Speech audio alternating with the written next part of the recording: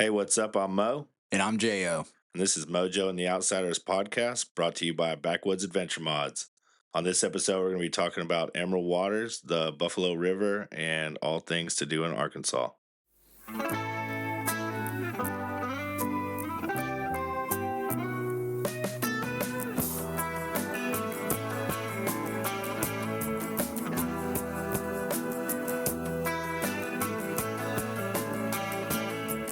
So, guys, if you didn't listen to the first episode, we're out of Northwest Arkansas. Ozarks is right in our back door.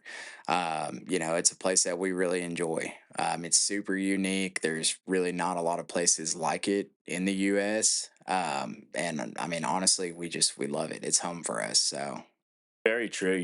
I remember being super blind to the fact that not everywhere in the U.S. has the type of water we have, the type of watercolor we get, the emerald greens and stuff like that. So whenever I started traveling around, start seeing some of these other creeks and streams, and you realize how lucky we are to have the watercolor we have. yeah. Like I remember, man, the first time I saw the Colorado River in Utah, dude, it shocked me. Like you get out there and it straight up looks like chocolate milk. And I mean, of course you see photos and everything, but growing up where we live, I mean, the water is literally in the Ozarks. It's like aqua, like emerald green. Yeah. It is beautiful. Do yourself a favor and Google falling water, or Richland Creek, and you'll kind of get an example of some of the watercolors we have around here, and those spots are super close to us, spots we love to go run around when we have some free time. Yeah. Well, and the waterfalls too, man. I mean, they're Oh, seriously everywhere. yeah. I mean, the road that I just named, that Waterfall Road, I mean, there's several hikes right off of it, that are short, easy hikes to get to. And then, of course, we have longer hikes, if you want to devote a day to it and stuff like that, you can really get back and choke out some of our waterfalls. Yeah. What would you say, like in your opinion, what is your favorite waterfall that you like to go to? Oh man, I mean, I would say Twin Devils Falls, Richland Creek, really unique, really special place to me. Kind of fell in love with that area when I started to get more into whitewater paddling, and there's a confluence where the Twin Devils run down and they run into Richland Creek, and you get a boost of flow there. And if the water's up high enough, I've seen several boaters go off the falls and stuff, and it's super sweet spot, great to look at, great to run kayaks off of. For me, it's probably, have you ever been to Sweden Creek Falls? I have not. So see, Sweden Creek is super cool. And I could be wrong on this, but I want to say it's maybe not the tallest waterfall. Well, I'm trying to. I think that's Hemden Hollow Falls. Well, there's something about Sweden Creek. I could be. You're gonna have to We'll just Google this. scratch that. We don't have anyone checking checking our facts, but either way, this waterfall's super tall. Yeah. The hike in is super cool. You essentially hike basically under bluffs and beside bluffs at least half the way. Really unique area. The overall feel of it, look of it, kind of reminds me a little bit of like Lost Valley. Hmm. Lost Yeah. Valley is a super sick one too. But yeah, you should check out Sweden Creek sometime. I It's will. awesome. I will. Believe me, I'm gonna do a Google of it because I had not heard of this. That doesn't mean that it's not real, but if it's a tall waterfall and close to us, man, I'd love to put eyes on it and go stand in the water. And we're coming up on the season, so rain's starting to fall again. All these waterfalls will be going. Yeah, it's pretty close to Kings River Falls if you know where that is. I do. I Yeah. do. See, so I know where that one is, and yeah, I hate that I've been out there so many times and have yet to come up on it. Yeah, we'll have to go out there sometime together. It's super cool. And, and we mentioned Lost Valley. Lost Valley is super, super cool. Oh, for a day hike, I don't know if it gets much better. They've got a great parking lot. You're in the Buffalo River Valley near Ponca, so easy to get out there and day hike. It's a huge path back through Lost Valley. Whoever takes care of that's done a great job kind of opening up that to everybody, not just foot travel. You can take a wheelchair and stuff back there and still see a lot of the falls. Yeah. I know it sounds sketchy, but I'm telling you, highly recommend it unless it gets to dangerous level. Go at flood stage. It's awesome. I Yeah. mean, like, there's what, 3 or 4 waterfalls out there Hmm. technically, but Yeah. at flood stage, there's like 100 because water is literally just falling off of the cliff edges that are surrounding you. I mean, it's awesome. Yeah, and that Lost Valley area, it's real cool because if you hike all the way to the back, it comes out of that cave and you're able to, as long as the level's not too high, you can get on your belly, crawl all the way back there, and you get back to this huge cavern and water's just dumping in from the top. It's a super cool thing to see. Yeah, because I want to say that waterfall that's in that cave, it's what, 30 foot? Yeah. Yeah, it's Yeah. it's a big old cavern. Once you get off your belly and you're able to stand up, it's a good sized spot. More than enough room for a few people, or one group or whatever. You can get back in there and really stand in there, and it's cool because the temperature of the cave and that water, it's gonna feel cool. Yeah, yeah. Well, and then man, they just got all types of stuff out there. I mean, they got Cobb Cave at Lost Valley. It's super cool. It's an old like bluff dwelling. Hmm. I mean, really, all the that entire area is awesome. I mean, it's seriously like looking at it looks like Land Before Time. It's just it's nuts. It Oh, looks like Jurassic Park. yeah, and we're very fortunate. A lot of these waterfalls have been marked. There's a book about them. Waterfalls of Arkansas, and it's a super sweet paperback to pick up. We'd keep a copy in the runner. I'm sure you do the same. But it's real easy if you're out wandering around. Out in the national forest. You can find one of these waterfalls, go hike to it, take a part of your day, and see some pretty scenery along the way. Yeah, yeah, no, absolutely. Well, and like another thing that makes like Arkansas, super unique is like, for instance, the amount of caves we had. Like we mentioned, all the Hmm. caves. I mean, they are seriously everywhere. I mean, there's like seriously, as far as things to do, unless you are a snow bunny, you don't run out of stuff to do in those arcs. I mean, there's just tons and tons of stuff. No, and like you said, oops, sorry, technical difficulty. I may have bumped my mute, but like you were saying, as long as you enjoy the outdoors and stuff like that, we have plenty of options for you to do. Like I said, the caves, the hiking, stuff like that. Devil's Den. I know they closed a lot of their caves down, but I can remember as a kid in school, we used to take multiple field trips a year out there and go play in these things, and then they drag us back home and send us home dirty as could be. Yep. And now we have that white nose bat syndrome. Yeah, So it's yeah, that's it's certainly shut her down. caused a few issues, and the good news is they've marked a lot of the caves, and kind of let the public know, not safe to go in them right now. I don't remember if it's us getting the bats sick or the bats get us sick, but either way, not good. Yeah. I know I bring this up all the time to people, and I don't know. Maybe people don't worry about bears as much as I think they do, but I know when I go to Wyoming or Colorado or areas like that, like it's definitely a thought for me. Hmm. In the Ozarks, you don't really got to worry about bears. I mean, seriously, I can't count how many times I've gone to bed or get ready for bed, and I'm like, I don't feel like cleaning my dishes, and I'll literally just leave them out and no issues, and then clean them up in the morning. So No, and it's funny. My brother's he's traveling west right now, and kind of touched on that. I told him, I said, man, when you start getting west, Montana, Wyoming, I said you got to watch out for like real bears, like not the bears we have here that'll just move on down the road, but like yeah, real bears. yeah, they're not the Bernstein Bears out there. I mean, they are like rip you apart. So yeah, it's definitely like I always get real nervous about it out of state. But in Arkansas, it's like I think I've maybe seen what, two bears out in the Ozarks, and one was just running out in front of me. I almost hit it with my vehicle. So Yeah, I would be the same. I'm two bears deep into all my times into the Ozarks, and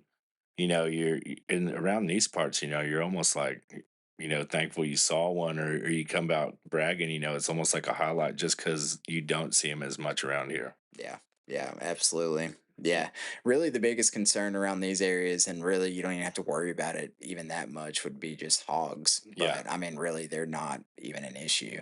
No, and you almost got to be in the right locations to come across them. I've seen wild hogs, feral pigs running around, not Josh Bratchers, but Yeah. real wild hogs, and it's they're a crazy thing. My wife thinks they're the cutest thing ever. But Me, I'm just trying to go the opposite way. I kind of treat those like snakes and stuff. I Yeah. see some wild hogs, I'm heading the opposite direction. So, Oh yeah, you know, absolutely.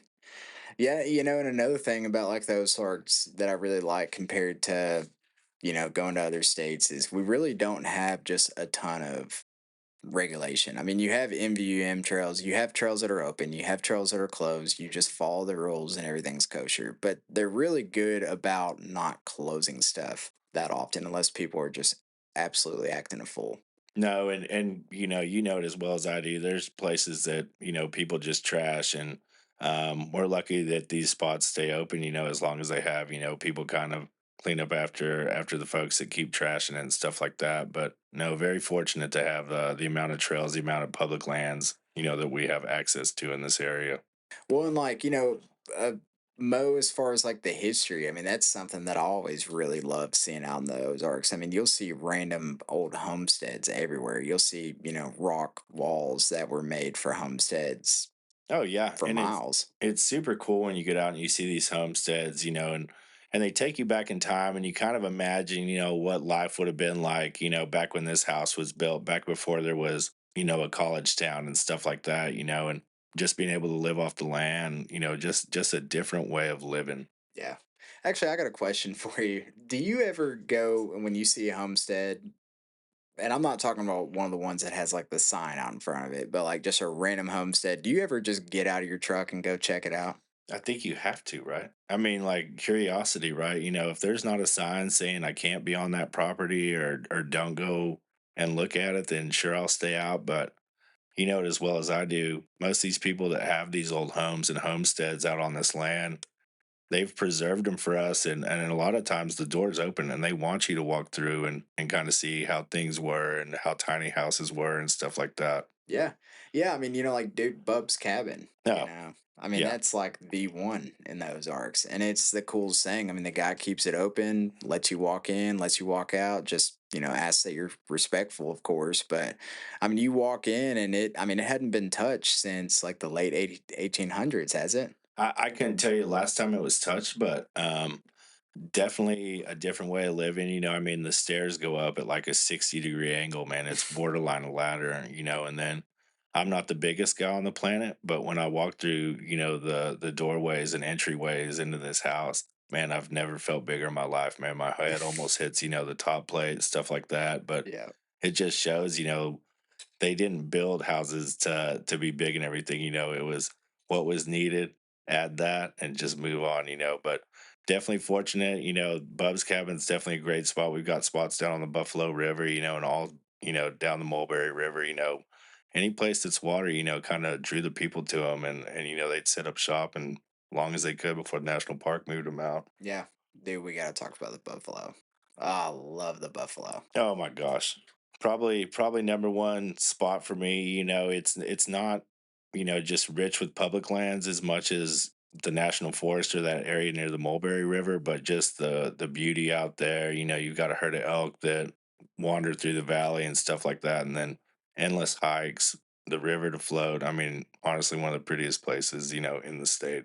Yeah, I mean, you have like all those painted bluffs. A lot of people don't. And really, I didn't even know what that was until I physically saw it. But you have these bluffs that look like they just have black paint and just dripping down them. And it's like seriously one of the most beautiful things. I mean, Mhm. I don't even know how to explain it. You'll just have to either Google it, look it up, and go see it ideally. But I mean, it's incredible. Oh yeah. When I know last year, you and I were backpacking that section, that Buffalo River Trail, and we were able to catch a spot high up on the opposite bluff, and we were able to watch the sunset on the opposing bluff, and just the way it kept painting it different colors, every 15 minutes was just something to watch forever.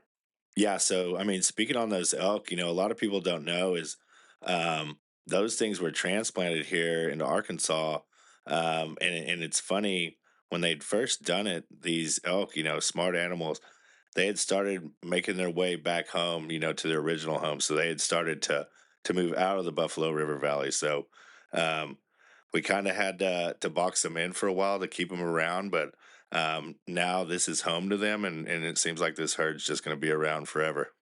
Yeah, no, and man, I'm just really glad that they're here. You know, it's funny because I was thinking back on it, yeah, here recently, and I don't even think I knew that elk even lived here until I don't know, maybe 10 years ago. You know, and now you go into the Ozarks and you see them. I mean, seriously, I saw one of the biggest bulls I've ever seen in my life last year, right before rendezvous. We were heading in and we were down there in Ponca and man, I mean, I took a photo of this one bull that I don't even know. I'd have to go back and look, but I want to say it was like a 7x7 or maybe a 7x8 or something. I mean, it was just massive bull. Yeah. I mean, like you're saying, it's funny when you come up on them outside of that valley. We've run into them, down at Woolham's side of the river, a little further down the river. But same thing, traveling through the forest early morning, and you catch one of those elk bedded down. And when they jump up, man, be alert because they're gonna spook you a little bit. Oh, I mean, huge animal, huge. It's one of those deals until you see an elk, you know, in person.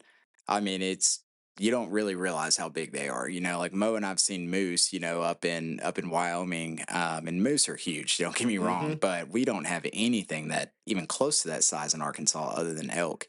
No, and they're Um, they're fairly easy to spot, right? It's like if you're down through Ponca area, it's like if you see, a few cars parked off the road, go ahead and pull off. You're gonna be able to see some out in that field.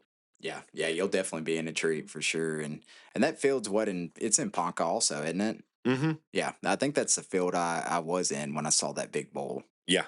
Well, that's the thing. Like I said, they turn up, pretty regularly throughout the evenings and stuff, and always super cool to see. Um, you almost become numb to the fact that they're there, and then you take somebody through there who'd never seen something like that. It's always cool to experience it with them. Yeah, absolutely. The Buffalo, I mean, it's one of those places where you go, I mean, it'll just put a chill up your spine sometimes. I mean, it's just such a unique place. I mean, it was the first national river, and I think it Yeah. was for a reason. So, Yeah. And thank goodness, right? Could you imagine if they had dammed it up, filled it, made another lake, and stuff like that? We've got lakes around here, so it's nice to have a free flowing river, that stretches all the way to the White River, and yeah. from top to bottom, there's not a bad section to float. Summer months come along, water gets low, you can still float some of those lower sections, but spring, fall, like we're coming into, is when that upper section is just good to go. Yeah. All right, excluding the Buffalo because we all know that usually takes the top dog. But Hmm. if you're going just public land camping and you just want to go hang out on the river, what is your favorite area to go to?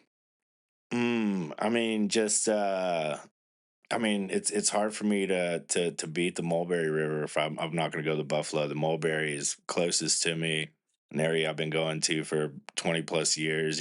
So something about that area just keeps drawing me back. I can go down there and just sit on the riverside, for a day and just be totally content, and not have to search for anything to do. What's one of your favorites? Mm. As much as I hate to say it, because it's cursed, Oh yeah. Illinois Bayou, for Hmm. sure. I love that area, but dude, it is cursed. Every single time I've gone out there, something bad's happened. Well, that's just the last two trips. We had a good run before these last two, but That's true. our last two trips have certainly been, headachy-ish, kind of have you stressed to the gills. I mean, the Illinois Bayou, there's a camp spot out there, and you can kind of camp on it, and if you're not careful in the rainy season, you may not be able to leave quite when you're ready to leave. You may have to wait for the river to come down, but it's just like the rest. Beautiful teal colored water in the valleys. You're central Arkansas-ish kind of, and it's beautiful, man. The east side of the Ozarks is certainly a spot you want to be. Yeah. Mo, do you wanna share why we know that you have to be careful camping out there during rain? Oh my gosh, yeah. So one Uh, time on my birthday, I guess it may have been my 41st, and we went out there and we were good timing, and it was raining on us for most of the night, but I mean we were you know just in the middle of the moment, so we never paid no mind to the rain, and we wake up, and I kid you not, the river is probably at least 18 inches to 2 feet higher than it was when we went to bed. and I start kind of freaking out because I know that there's only two ways to get out, and both of those ways you have a deep river crossing, and it's the actual Illinois Bayou. You're not crossing a feeder creek or anything like that. It's the bayou. But I mean, we got to it, and it was deep. I mean, we sat at this bank for 6 hours, waiting for this water to drop. I keep thinking I'm gonna have to use my inReach to call into work tomorrow because I'm stuck at the river, and not in the fun way. Yeah. No, dude. I mean, it. Yeah, every bit of that. I mean, it did. It was like seriously. Like my wife was not stoked. I No, mean, like I was I. not happy. No, I mean, which to be fair, we were stuck between two water crossings that were impassable. We were sitting there for 6 hours. It was on a Sunday. We had no food, No. and I don't even know if I think we may have had water, Oh, but definitely had some water, but like my snacks were getting thin. My wife's snacks were definitely getting thinner. I come out there like a fat kid, man. I've got cookies around, so I knew I was gonna survive. My wife is not feeling like the cookie diet is the way for her, so yeah. she was Well, ready to go. yeah, and it's just one of those deals too where fortunately we got a really brave buddy named Dylan, Oh, what a stud! the hero. Yeah, And Dylan is in the Alpaca, which is one of the sickest Monteros around, no doubt. Couldn't even yeah, tell you what year it was. I think it was like an '01, but it was sick. yeah. And he's in front of line. Fortunately, he has a snorkel, and we've been sitting there for a long time, and I think Dylan had probably just kind of like all of us had enough, and he finally just tells us he's like, you know what, I'm gonna go for it. Well, And he keep in knew. mind, this Yeah. water is moving. What were you gonna say? Oh, he knew it was make or break. He knew right then, same as us. Sun's starting to set. Decisions got to be made. We're either crossing this river tonight or we're staying on the bank where we was. So he he got a little fired up, man, and dude, he sent it right. I mean, just incredible. You see that Montero start floating like a buoy, water almost dipping in the windows and everything, and sure enough, he gets enough traction to put him out on the other side, and he gets over there, and he you see him open his passenger side door, and dude, tons of water coming out of this thing, and it was funny to talk to him because he said he got over there and wasn't paying no mind to it. And he said he looked over in his passenger side floorboard, and he just said he had stuff floating. He said he knew it wasn't sealed up as tight as it was when it left the factory. Yeah, dude. Well, they're like I remember when we went through it because I'm in my FJ. I have Hmm. no snorkel. Yeah. I have a snorkel I need to put on, but at the time I didn't even have that. No, And no. I watched Dylan go by. I'm watching him float, and I'm like sitting there thinking, like, Dylan may live over there by himself. I don't know if I'm going. And but it was like one of those deals where I was like, man, he got the courage. I got to get the courage too. I'm gonna go. Yeah. So I start in on it.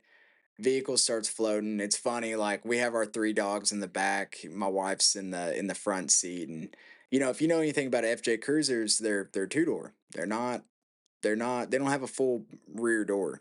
So really the only way out is through the front. So my wife, as we're going through the river, she starts grabbing the dogs and kind of like pulling them up to the front just in case we got a bell. Yeah. And then we get about three-quarters of the way through. The water is literally above my headlights. I still don't know how my motor didn't blow up. And water's above the headlights, and all of a sudden I feel my FJ start floating and kind of bouncing, Hmm. one wheel, one tire off of each rock. And then it was funny, like I kind of heard the motor bog down for a second. I about passed out and puked. And then all of a sudden, motor came full roar. And dude, I hightailed out of that river as fast as I possibly could. I mean, we'll have to play the video for y'all sometime because I mean, dude, I'm telling you, no one's seen me that excited. I can promise you that. No, and I mean seriously, I mean it was like I said, one of those things, real risky and stuff like that. But once you watch one guy to go through, it kind of puts that fire in you, and that you can get to the other side. It's just that want to, I don't want to say throwing caution to the wind, but you're you know your rig can do it. It's just convincing yourself to do it, and so, Yeah. because I mean, Dylan's rig, right? I mean, smallest rig out of the bunch, with the snorkel and that thing, man, I'm telling you, just ate, man. Those Monteros, I don't think you need to do much but add fuel to them, and they're just ready to rip. Yeah, they're sweet, man. And RIP Alpaca. Dylan now has the sickest GX in the world though, so hey, that's always awesome. So Right. It may be better for the water crossings, just a touch taller. Um, it's twice the machine, yeah, So yeah, I'm itching to get back out. Like I said, fall coming up, man. All these good things are about to happen. yeah, Ozarks open back up. You can get back out and not be covered with seed ticks and mosquitoes, stuff like that. yeah. On that water crossing, because I know like I burned up my alternator. I ended up having to leave my vehicle there that night, which was fine because at least it was on the right side of the river. But didn't you burn up an alternator? No, so I burned up my starter. Gotcha. Is what I had to replace, and it was probably took 2 weeks, before I started noticing it acting funny, the Forerunner not wanting to turn over, like it's supposed to, basically do a bunch of clicks and dumb stuff, and finally took it to a professional, and they got me right Yeah. one new starter later. Which I think Nick didn't his starter go out after that pretty I quick. I can't remember if it was his starter or his battery, but I know he had the same thing. It was one or the other. Like I said, most everybody from that trip kind of had something that went on. Like I said, if you saw the crossings in the water, um, just nuts. But like I said, thankful that all of us made it home. I know we left your FJ, had to come back to it, Yeah. but Yeah. tucked it in the weeds. I mean, I Yeah. couldn't believe that nobody messed with it. It's a little wild when you leave your rig out in the woods, right? Oh yeah, dude. You know, Because I mean, you're out in you're on the Ozark Mountains. Like mm, there's hillbillies. yeah, It's just that's to the say thing. it lightly. Yeah, that's what's like. I don't know how we say it, and not offend people, but there's this rough bunch out there that will get into your things, and they Yeah. see stacks of $100 bills strapped to the side of your rig, man. They have no problems coming up and relieving you of that stuff, and they'll take it off your hands for free. So Great group of people, you know? yeah, Like right. just great. So Anytime you find anybody doing free work, right, you're kind of thankful. But if it's snatching things off your rig, you kind of question it. But no, yeah. I couldn't believe when you got back to it and everything was still attached to it. Nobody had gotten into it. So Yeah. But fortunately, dude, like some of the best people I've ever met in my life though have been on those arcs too, So oh, it's it's always funny, like what we do now. Running these trails and stuff, and you run into the randoms and people and I mean, honestly, I get more waves from Jeeps out in the Ozarks than I do from Toyota people. And it's just once you're part of that community and stuff, and you start running into people on these trails, that it's all the same folks, familiar faces and stuff like that. And then you'll see them at rigs and coffee events. But no, great, great community and love when I can run into people. oh yeah, dude. Well, and about the Jeep waving thing, shoot, I get more waves from Jeeps anyways because they all think my FJ is a Jeep. So Oh gosh, all the Jeep people that don't know, So right, Heartbreak City, yeah, not a Jeep. Peep the dude. slots. Yeah. But yeah, no, man, the Ozarks, it's such a special place. I mean, it's got tons of folklore, tons of history, tons of like old legends and stuff like that. Hmm. I mean, seriously, like I think all of our listeners, I mean, you could really do yourself a treat if you just like do some research on the Ozarks because it's just a special place. I mean, that's really just the only way I know really how to describe it. No, and I mean seriously, if y'all ever in this area or ever want to make a trip out here, certainly feel free to hit us up, man. Come by, stop by the office, man. We'd love to show you around here. We can turn you on to a few spots out in the Ozarks, worth checking out. Yeah, yeah, yeah. I mean, and I'm not saying that we are gonna do this. It'd be incredible if we did. But heck, we get enough people wanting to go. We can guide y'all, take y'all around, show you all the cool spots. Oh my gosh, absolutely. I love, love, love showing off the Ozarks. It's a place I've loved growing up in, and so like anytime I can show that off to somebody new in state who hasn't experienced or somebody from out of state, it's cool to see how they make, comparisons and differences from, what their home looks like, and how wheeling is back home compared to here, because um, we love showing this place off. Like I said, whether it be a trail run, camp out, going floating, going fishing, you're ever in this area, and like I said, you're bored looking for something to do, give us a shout. I'll have you at least half dozen things you can go do within the next 10 minutes. Yeah, absolutely. Absolutely. Definitely give us a holler, man. We would love to do it. Yeah, y'all give us a holler if y'all wanna make that happen. Oh my gosh, right? I mean, seriously, I know you're, love being around people, very interactive, love meeting new folks. So it's like we do this for fun and stuff like that. So anytime we can add new faces, it's always like-minded individuals. So I know we're gonna get along. Well, guys, yeah, definitely check us out on, socials. Check out Backwoods Adventure Mods on Instagram. Are we gonna do an Instagram for this podcast? Tough to say. I don't know, but you'll see our faces somewhere, Yeah, and yeah, all that stuff's slowly coming along. We're kind of cutting our teeth as we go here, so yeah, I love it. Hope y'all love it. Like I said, hit us up, reach out to us, Instagram, email, info at backwoodsadventuremods.com. You ever have any questions, help, comments, let us know. yeah, yeah. And guys, for now, check us out on backwoodsadventuremods.com. Peace. It's on the internet. See ya.